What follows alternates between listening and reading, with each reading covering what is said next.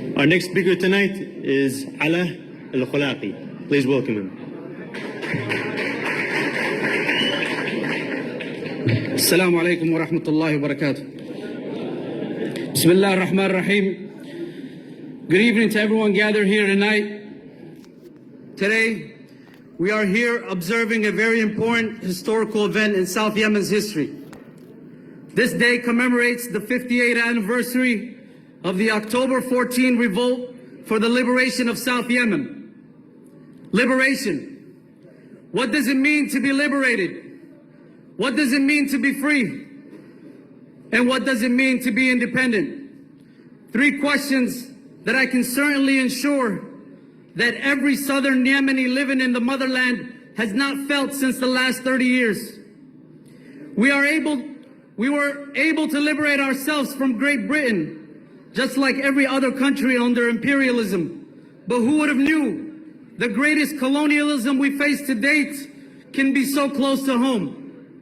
On May 22, 1990, two great Arab countries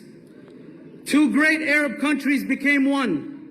People's Democratic Republic of Yemen and the Yemen Arab Republic, aka the South and the North. However, that dream fell short.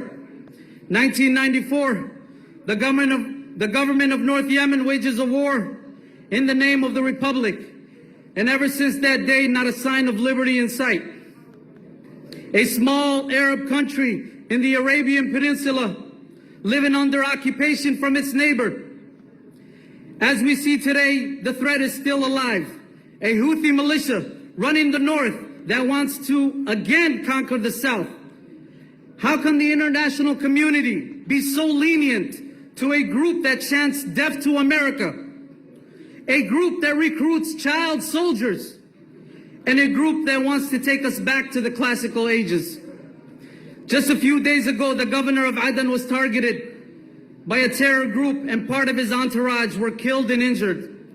Sending our sincere condolences to those who have been killed and the safety and well-being of the governor, and to those who have been injured. The list goes on. Who are behind these attacks? Who benefits from these terror activities that occur? If it was so simple, we wouldn't be in the war we're in today. But rest assured, the evil people who are behind these heinous acts are the very same people that are against building a southern state. Their main purpose, destabilize the security and peace in the region so that the country of South Yemen will never see the brink of light. Every member of parliament who votes to accept the unification of the two governments in Yemen will be consciously and deliberately accepting responsibilities for the deaths of innocent people. Our sovereignty is under attack. We as the Southern Yemeni citizens have a moral and practical duty to take all necessary measures to prevent and suppress all terrorist acts. We want the nations of the world to work with us to deal with the threats to international peace and security.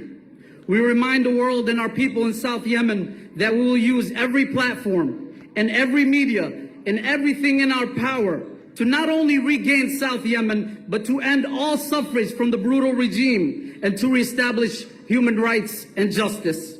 We have the energy, the faith, and the devotion to confront this evil. To everyone gathered here tonight, and to all the Southern Yemenis living all across the states, it is our time. It's time to unite under this flag as one voice, to motivate and support one another for the sake of our people. And as the great John F. Kennedy once said, ask not what your country can do for you, ask what you can do for your country. And we are here today standing together, pitching our duty to the world.